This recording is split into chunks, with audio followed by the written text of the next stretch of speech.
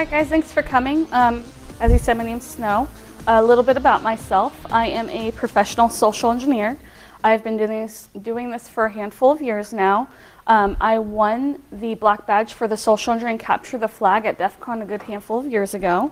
And actually 2 weeks ago on this day, my team and I won a really cool physical security challenge at a conference in Salt Lake City called SaintCon.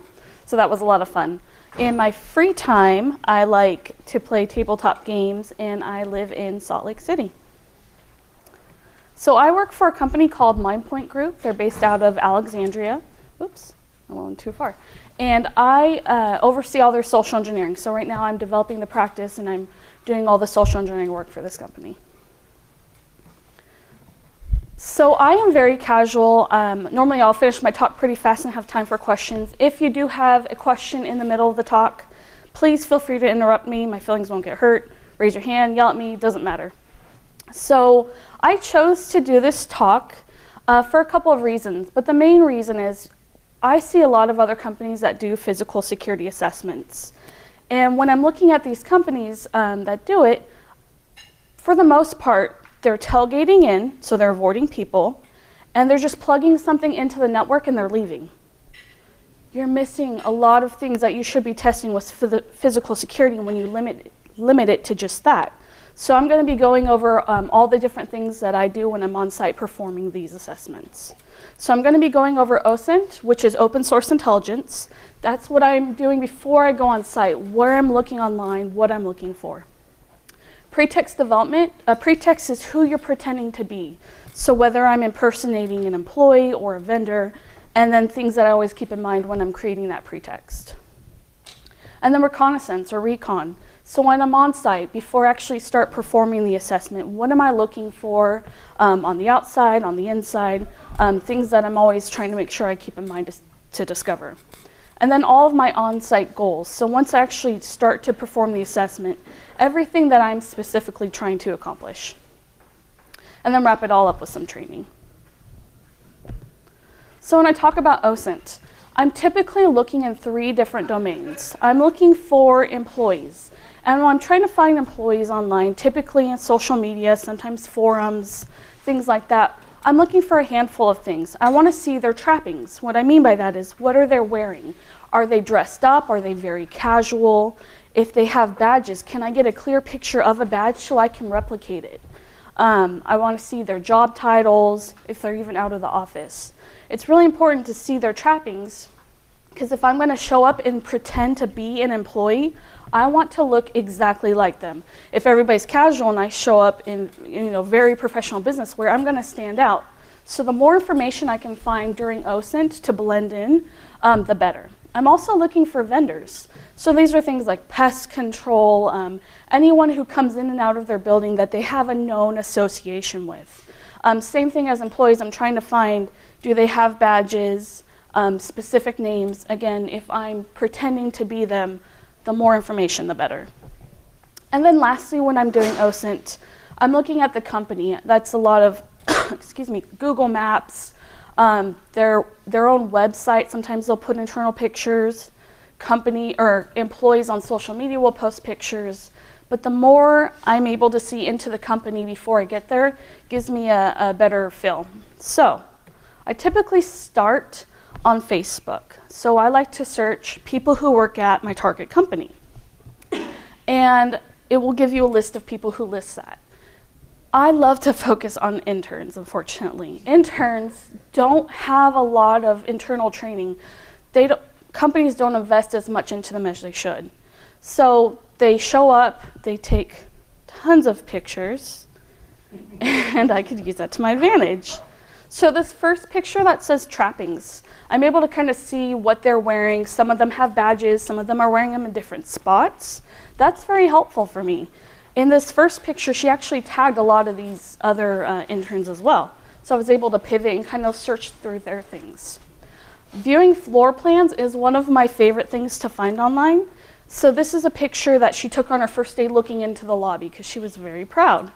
But if I'm an attacker and I show up on site and I know exactly what the lobby looks like, I can walk in and know I'm going to go straight up those stairs. rather than if I didn't have this visual, I'm going to walk in and look around. I might have a target on my head a little bit more. Excuse me, the third picture, we have badges. And I could see what kind of badges, and especially that last one, it's a pretty clear layout. So this is something that I try to create before I even go on site. So if I have that, it really gives me a big heads up.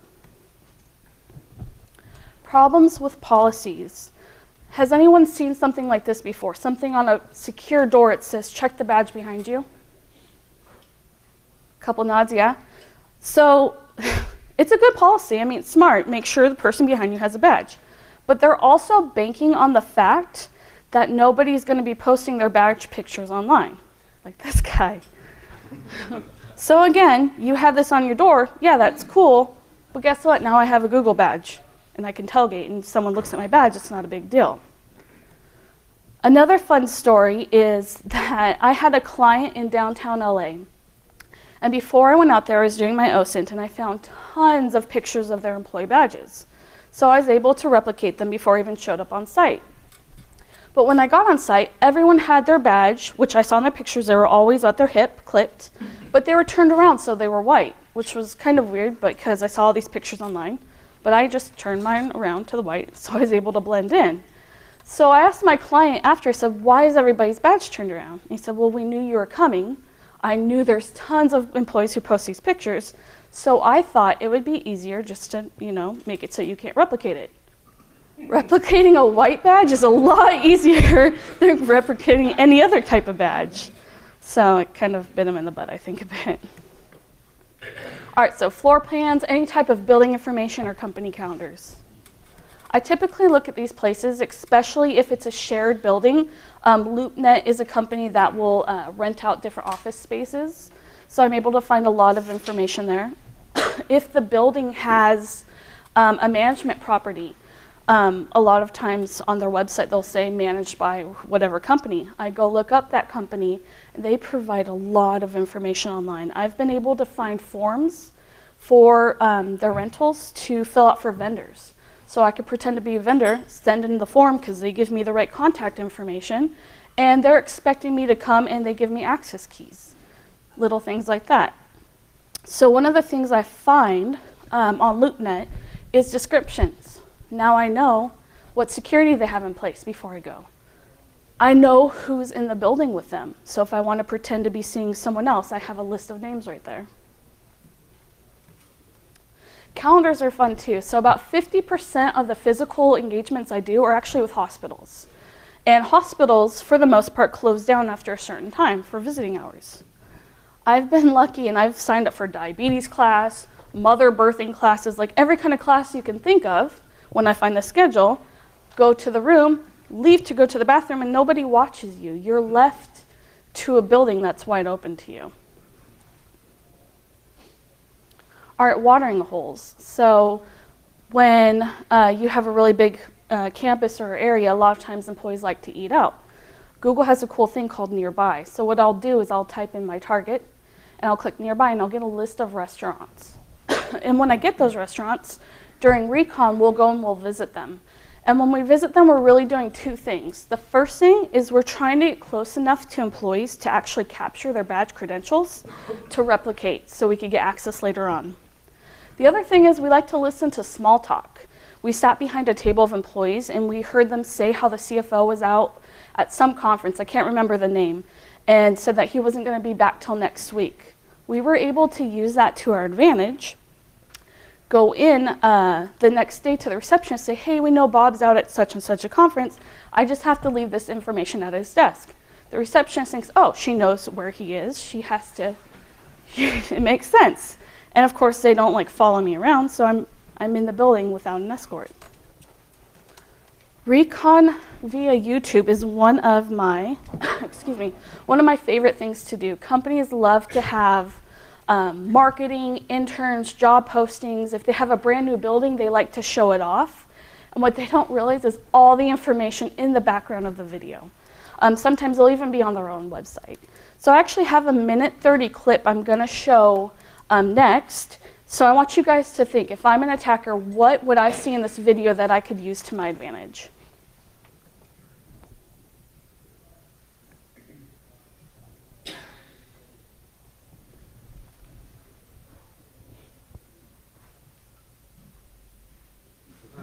I mean, first 10 seconds.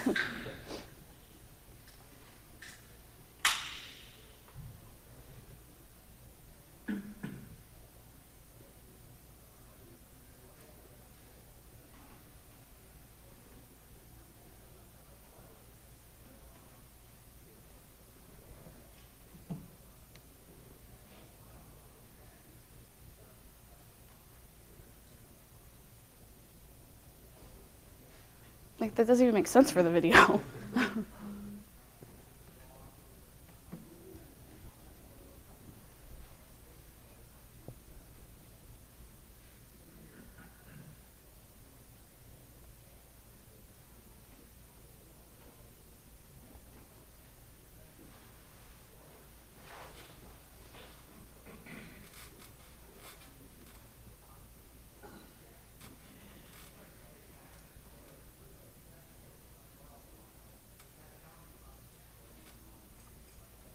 That looks pretty fun, though.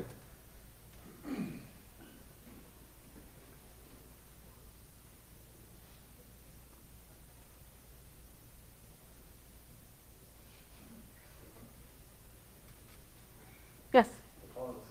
The clothes? Yep, trappings, so you could blend in. No one's over the age of 30. Oh, that's a good observation. I'm old. I couldn't fit in. I could try. That's funny. I didn't catch that the first time. I like that. Yeah, it's all laptops and coffee. It's like Yeah, an Xbox. It's not too staged. It could be staged, but you are still able to see a good handful of things. So, sorry? A lot of drinks on the table. Lots of drinks? Tea and water. Maybe we could offer free drinks and get Some type of a delivery service or, yeah? So I pulled out just a couple of stills from it, but you guys brought up really good points too. First few seconds, right? Exactly, yep, and that's, you could see exactly what type of reader. And the good thing is you know that's on the outside, so you're not gonna walk up to the door and try to open it and look like an idiot. I know that's where it's at, and I know it's in place. View right into the lobby. If I want to avoid the receptionist, I'll just go the other way. Badge placement, so she had it on a lanyard, he has it on his hip. That's something that I would like to keep in mind. I like seeing that too, because I feel like I have a little bit more flexibility, just if other people are using different things. His color is a little bit different than hers, so that's something that is important to note. Sometimes, especially in hospitals, different types, nurses and doctors might have different colors. So the more images of badges, the better. I just thought that was funny. I don't know why. This, you know, you get an insight into their environment. They're a Microsoft shop, but Chrome's running, so just kind of made me laugh. Yep, exactly what kind of servers. So videos are very big. When I'm doing my OSINT, that's one of the first places I look, other than social media for employees. Lots of insight. Again, rather than going in blind, if I know what's in place, it is incredibly helpful. So moving on to vendors, just like employees, as soon as I find them, I'll research them the same way. I'm trying to find out what they wear, if I can find out their schedules. If I do find out something like, if they have a company that uses like Shreddit, that's something I'll find in videos. If I want to pretend to be Shreddit, I'll call saying, hey, we're going to pick up early if I know their schedule, and I'll go the day before and I'll try to pick up. We rent white vans. We get the fake decals on the side. As the more legitimate we can make it seem. This is a Google hack command that I like to use to try to find specific kind of vendors. So now I'm moving into pretexting. Again, who you're pretending to be when you go on site to perform these assessments. Do not do any of these. I do not know from experience, thank God, but it could have been really bad. Don't pretend to be a cop. That's just not smart, no matter what you're doing. And then depending on the state, some states are a lot more strict. So if you are doing these type of assessments and you want to pretend to be someone, I would definitely, you know, have a lawyer on speed dial. It's pretty smart. When I am creating pretexts, there are a handful of things I like to do. When I actually sit down and talk to my client before I go on site, I make sure they know who I'm going to pretend to be. That way, they're not confused. If I'm pretending to be an auditor and they have suspicious reports of a pest control company, they know it's not me, so it really gives them a heads up. I do have some clients that don't like me to pretend to be employees, so they want me to pretend to be a vendor. So things like that to keep in mind. And then pretext reuse. So this is using the same one over and over, especially for the same client, which I'm going to talk about in a second, has been a really bad idea. And then your appearance. If I'm going to pretend to be someone very high up in the company, I'm probably not going to show up in a taxi, maybe a nice town car. I always have business cards with me. Even if I can't find them, I'll still create something. There's something that just feels so legitimate about handing someone a business card. A lot of times people do not question it. Excuse me. All right, so I talked about pretext reuse and why that was a bad idea. So I had a client in the Midwest, and they had 16 locations. They wanted me to do all the locations by the end of the year, and they came to me in December. So that was exciting. So I had to do all these locations in a very short amount of time. But not only that, they said, okay, we want you just to pretend to be an auditor. And the only goals were to see if anyone verified me, to see what information I can get out of management, and to see if I can have management plug in a USB. So it was pretty limited scope, which was fine, but they did dictate my pretext, which normally I don't allow, and I really shouldn't have. So I go through my first 5 sites within, I think it was 3 or 4 days. They all went really good. I got all of the goals done. No one for the first 4 sites were suspicious. I said I was the auditor, this is what I needed, they gave it to me. Site 5 is where it got hairy. She was very confused. She asked a lot of questions. You could see in her face that she didn't believe me, but she didn't know how to verify me. So she knew that I was most likely going in a certain circuit because she had known where I'd already been because I'd brought them up to try to build trust. So what she did is when I left, she called ahead to the site manager for number 6. Said, hey, this is shady. I don't know what to do, but I'm just warning you. So I show up to number 6, and the manager asked me to have a seat in the lobby, and 5 minutes later, 2 police officers come up with her. So that was definitely a learning lesson for me. I will not use the same pretext over and over. And going back, I would probably spread out all those over like a 6-month period. But again, something to keep in mind, employees talk, especially if it is kind of suspicious in that short amount of time. How'd you get out of it? So I have something that's called a get out of jail free card. And so I handed it to her, and what was even better is she's calling her IT, you know, to verify, and they weren't answering. So that was exciting. So I had to stay in the lobby and talk to the police officers till then. One of the police officers was completely annoyed. He was like, I don't know what's going on, but I have to wait here. The other one was like, this is your job. This is what you do. Like, I can do this too. Like, this is so cool. So like, I was talking to him for 5 minutes, so he was cool. But they finally were able to get a hold of the right person that they were able to verify who I was, and they let me go. Which made the rest of them really confusing, because in the process of them trying to verify me, the manager had sent out an email to all of the locations saying, this person's coming. So that was not a fun rest of a, what, nine other trips. So. What percentage of the time do you get caught? It's pretty low, and I'll talk about that in a little bit because I actually tried to get caught on my last trip. So I'll get into that. But caught from the beginning, maybe 10%. So with pretext creation, it's also important. So you go in there, you know who you want to be, but it's important to have a backup plan and a backup to your backup plan. I have a client who is a Fortune 100, and they just opened up a brand new European headquarter in Amsterdam. So they wanted me to go and test it out. And so before I went out there, I couldn't find pictures on of the building or inside because it was a brand new building. Like, it had only been open a couple months. But I was able to find tons of employee badge pictures. So in my head, I was just going to make the badge picture, try to not talk to people because of my accent as much as possible, and see how far I could get into the building because the scope was pretty limited. They just wanted to see if I can get into the CFO's office, I believe it was. And in my mind, I was cocky. Like, I was like, that's easy, that's no problem. I have a badge, I'll get it up into the office. So this is why plan Bs and Cs are good. So I get there, I walk into the lobby. The reception desk isn't far away, it's right next to the door. There's armed guards. The elevators were in front of turnstiles that were badge protected. The elevators had a different badging system. The floors had a different badging system. But I walk in there, and the receptionist is like, who are you here to see? You shouldn't be here. I'm not expecting anyone. It's like, oh shit, I'm just doing recon. Like, I've already been caught. So that freaked me out, so I had to make up a story about waiting for a friend, and I waited outside. But I couldn't use it anymore. She saw me, and there's no way that I would be able to get through with an employee badge if she knew everyone. So, went back to my hotel room, cried a little bit, and then so I had to do some investigating on the company. So my backup plan that I had just created on the fly, which thank God it worked, but I was pretending to be from their Americas location in investor relations. And so I called ahead from a spoofed number that looked just like their America location. I said, hey, we're sending someone out who's meeting with potential investors. They love that. And so I said, she just wants a tour of the facility and a potential meeting spot to meet with these investors. So I show up the next day, I have like 5 people, like, what can we get you? It's like, oh gosh, like just leave me alone, let me in. But no, they gave me a tour of the facility, so I kind of had to play it as well as I could. I explained how these investors were really concerned about physical security. They wanted to make sure the building's secure.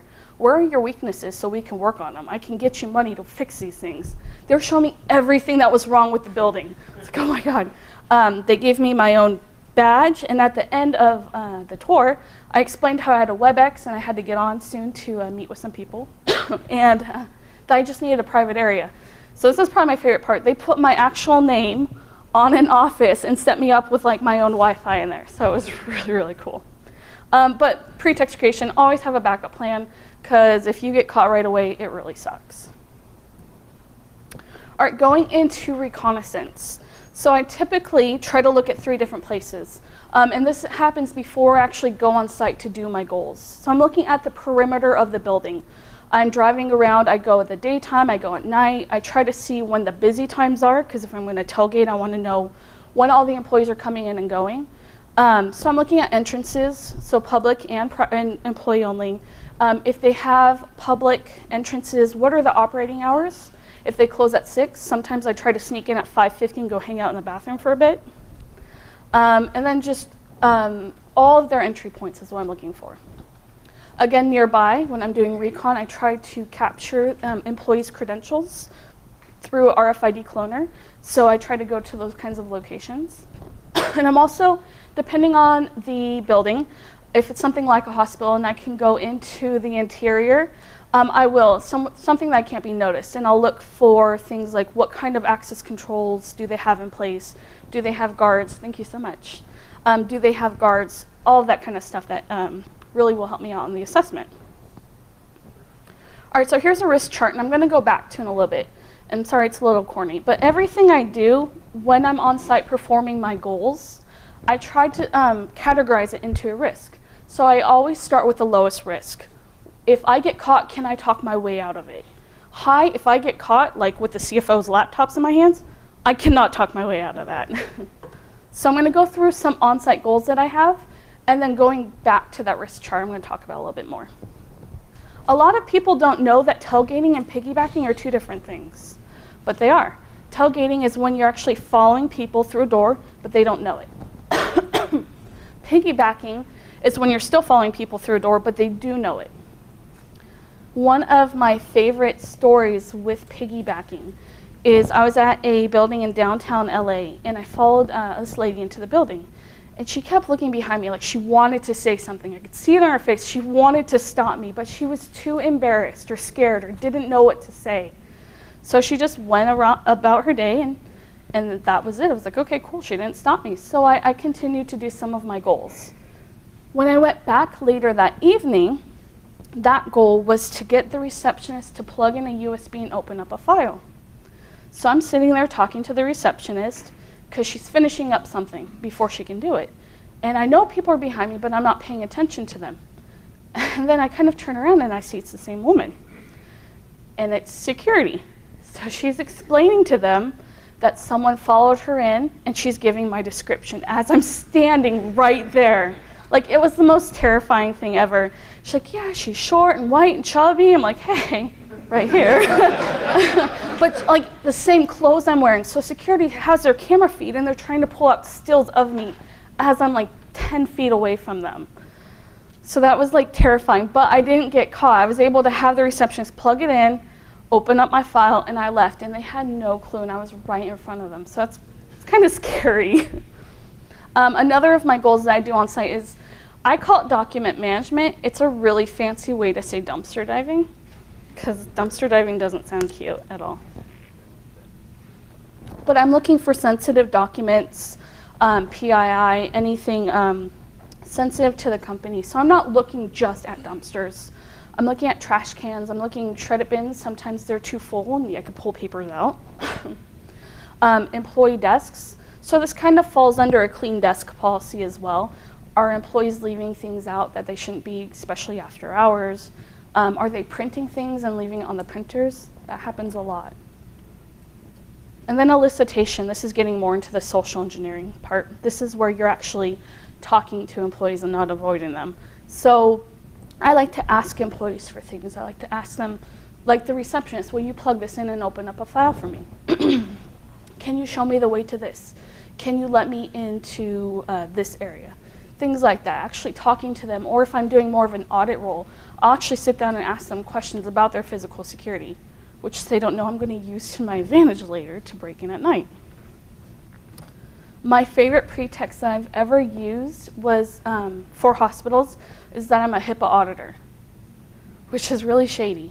But all the questions are regarding, they're actual HIPAA questions, but stuff, again, an attacker could use to their advantage.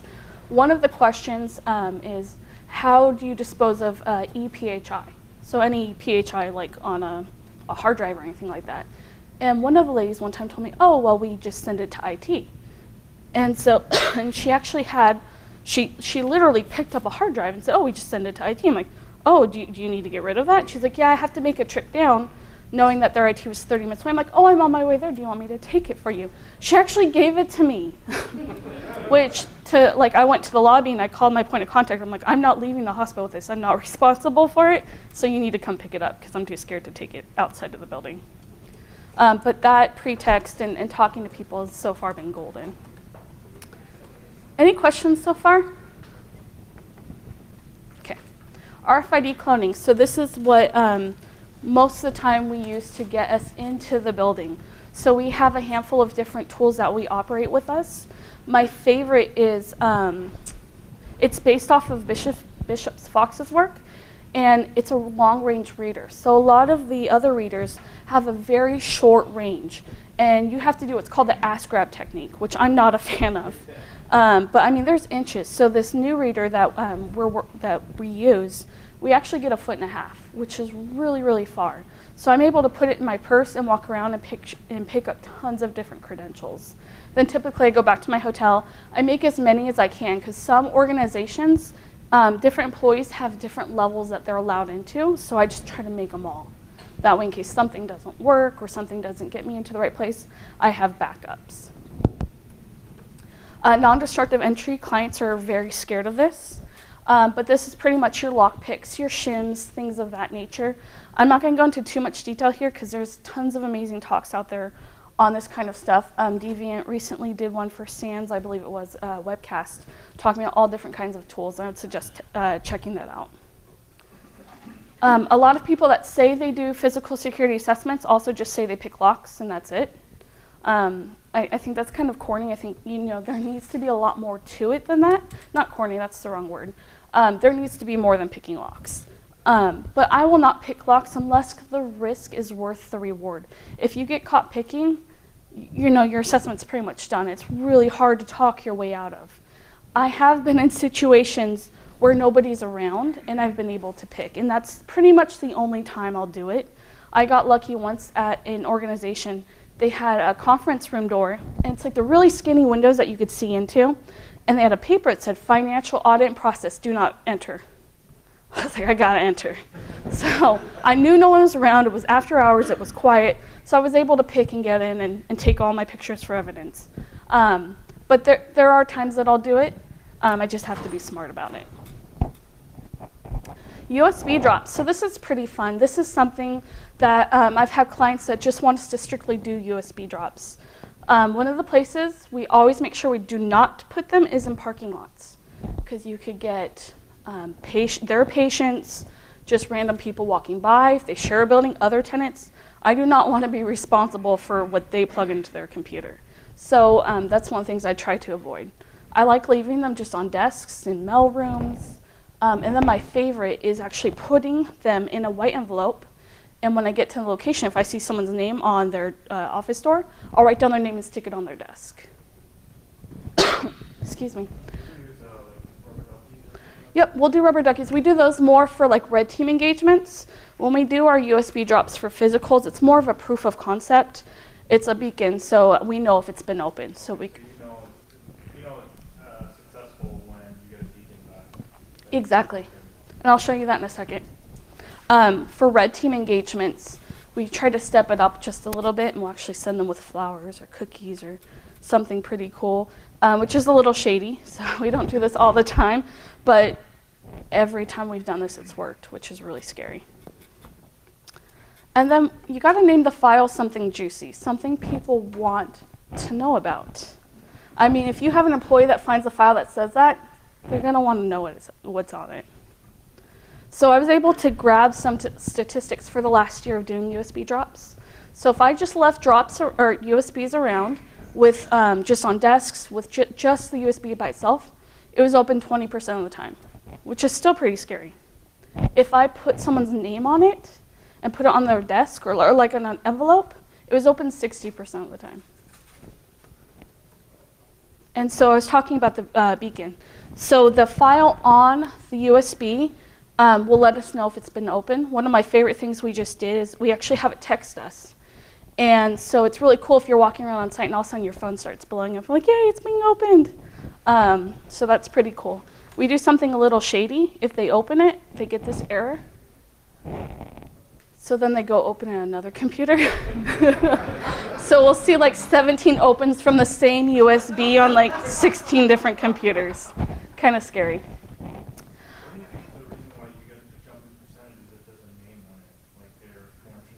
They want to see what's on it. Yep, especially the file name. Even though it could be a name that like nobody works here by that name. I always do names of people that are there. So I'll bring that white envelope and I won't put a name on it until I see an office. Or I'll see an office and I'll write it and I'll leave it in like a bathroom or on a table somewhere else. So I have to legit know it's their name. Does that make sense? Yeah. Okay. Network security. So I kind of mentioned at the beginning, physical security shouldn't just be about tailgating and plugging into the network. That's true, but it still needs to be tested. So one of the things we like to do is still plug in, just do a ping scan, can we connect to the network? My favorite place to do this is in conference rooms. Nobody thinks, if someone's in a conference room with a laptop and the door shut, they're not going to interrupt me, especially if my laptop's plugged into the network. This is my absolute favorite part of physical security. It's just so tangible. But the thing about it is I never leave my client site with any of these things. I do not want to be responsible. If I leave a laptop in my car and it gets stolen, that's on me. If I'm coming out with all kinds of paperwork and it's windy, I don't want to be responsible for that either. But there's nothing like taking a C-level's laptop. It just feels so good. After hours access, same exact goals that I try to do, just at nighttime.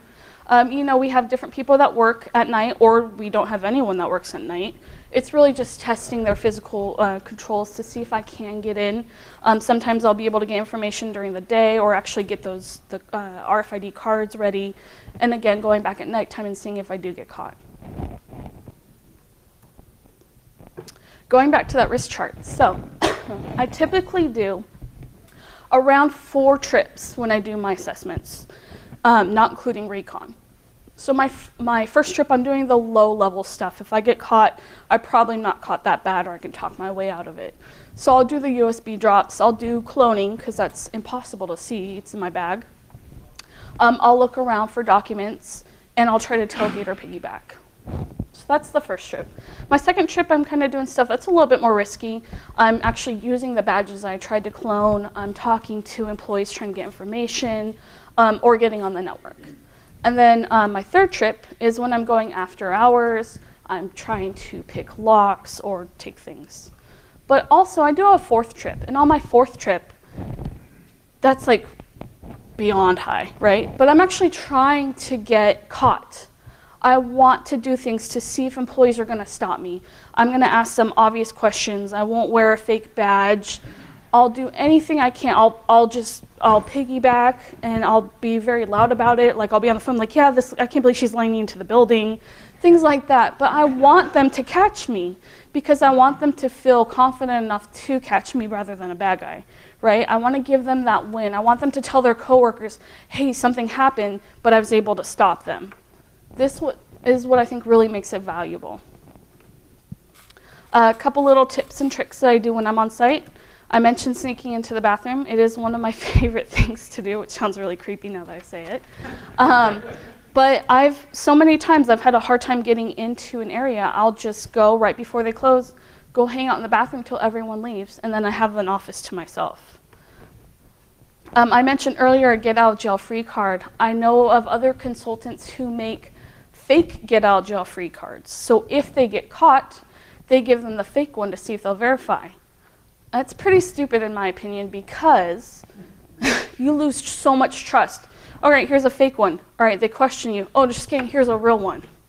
Why are they gonna believe you now, right?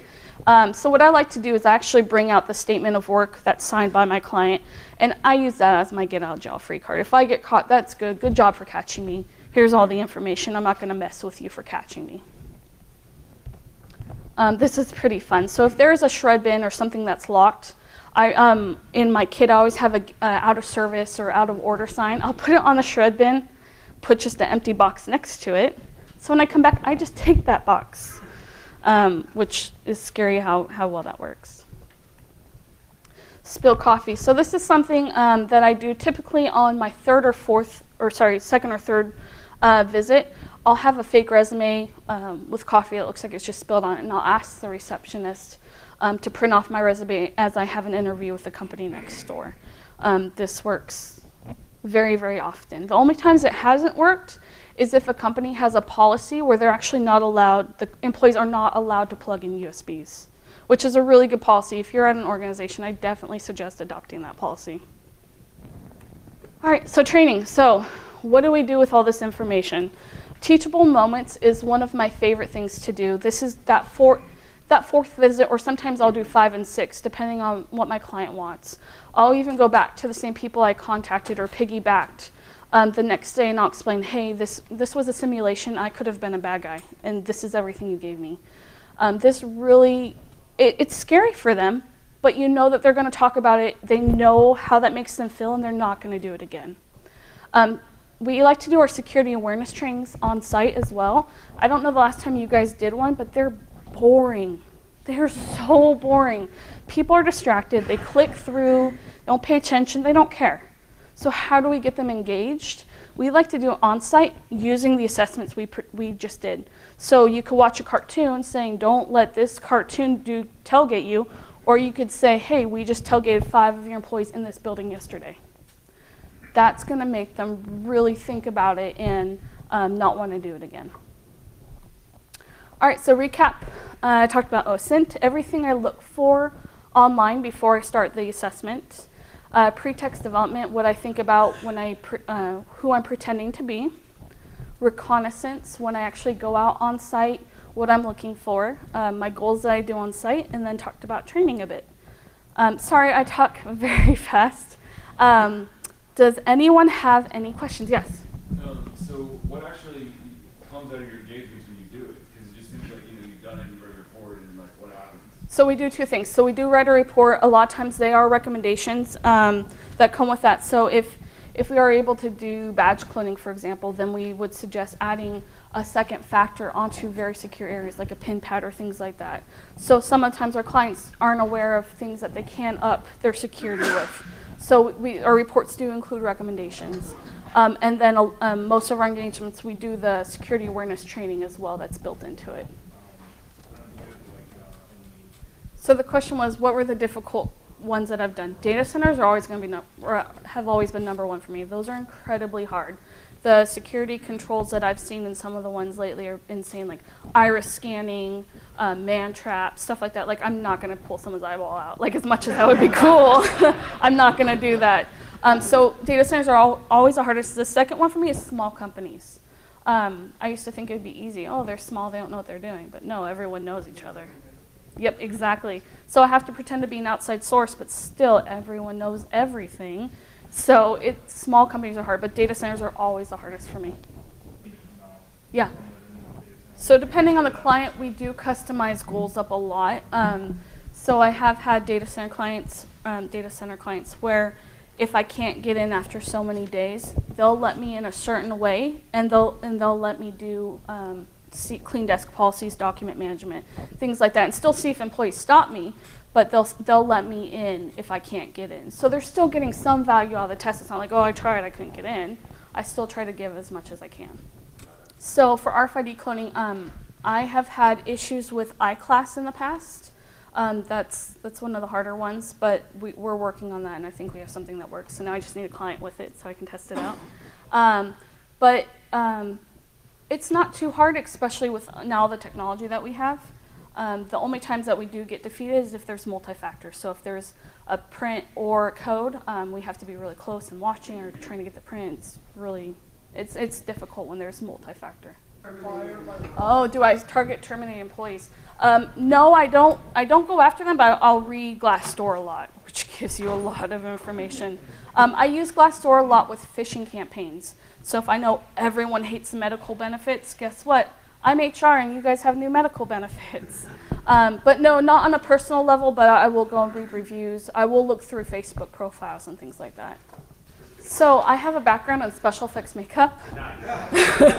So I have been able to create a teammate into an old person, which was awesome because they tailgated and we had a wheelchair. But they looked like they were 80, 90 years old, and I was just pushing around like, yeah, I know you're so excited. And we were claiming they were the CFO's grandparent. And so we were able to get really far, and we didn't get caught. But we have uniforms. I feel like our office has turned into like a theater. Like we have hard hats and every like major like delivery, and so yes, we use a lot of that kind of stuff, and it makes it fun. I think having a standard set of questions to verify would be the most helpful thing in that situation. I've been in positions where they'll ask me, what was it? It was at a data center, and I was somewhere I shouldn't have been, and they said, oh, what's today's code? I'm like, oh shit, what's today's code? I don't know. So depending on how secure the environment is, sometimes places have rolling codes for that kind of stuff for verification, which was incredibly smart because I could not BS my way out of that one. But I think having a set amount of verification questions that maybe everyone should know, like, okay, who are you, maybe your manager, and the phone number where I can contact your manager. Stuff that people should know, because if someone was asking me, I would probably start to stutter. Hopefully I wouldn't show it, but I probably would. So I think that would be helpful. Oh, I see what you're saying. Yep, and I try to avoid technical roles because I'm a female, because that's unfortunately how the world sees. I do more of an auditor, and I won't do the technical role, which it is what it is. I don't want to do things to stand out. So we do have different team members. If we are pretending to be like a telco company or something, I'll send one of my guys. And that is what it is, but it makes more sense. But yeah, I work with a team. So I've come to start to involve HR before we do these things. It's so much easier than them blocking it, as you know, because I've run into that 100 times. And it depends on the company and the policies. It's really hard. Some companies are a lot strict, and some don't care. They won't do anything with the report. But the ones that do, they do like to sit down and talk to the individuals. Maybe you'll get a couple warnings before something happens. My goal is not to get anyone fired. That like makes me sick to my stomach to think about someone getting fired. But I do want them to become aware. So hopefully HR does have some type of policy where they could sit down and talk to them. Maybe the user has to do security awareness training again, or really think about what they fell for, something along those lines, but it is tricky. I also would look at the company policies and are they giving them additional training and additional work? Because unfortunately I see companies, yeah, okay, this person failed a phishing test 5 times, they're out of here. Okay, what did you do to help them? Did you teach them anything? Did you, after the phishing assessment say, hey, this is what you should have looked for? Any additional training, if they're not getting that, it's really unfortunate. So I think they need appropriate training a lot. They need to be worked with. They should not have administrative rights on their computer. trying to take it all the way down to the basics. If they're in a position like financial or something where a lot of sensitive data can be released because of them, then that's something to consider. Yeah, job switch possibly. Yep. So yeah, my background, special effects, makeup, and acting has definitely helped a lot. Learning basics about physical security, going out and picking up books, watching presentations. There's a lot of good one out there. The people that I've worked with have all been penetration testers in the past. That doesn't necessarily help, but that's just kind of how I've seen them come into this role. But really buying toys and understanding them, like RFID readers, and practicing them, using them, doing presentations on research, things like that I think would really help. And people learn differently too, right? Like the whole well, now I can't think of them, but I'm pretty sure you know what I mean. Here's my contact information if anybody has any questions later on and can think of anything. I'm also on Twitter, probably too much. But yeah, please feel free to reach out to me anytime. Thank you guys so much for coming out. I really appreciate it.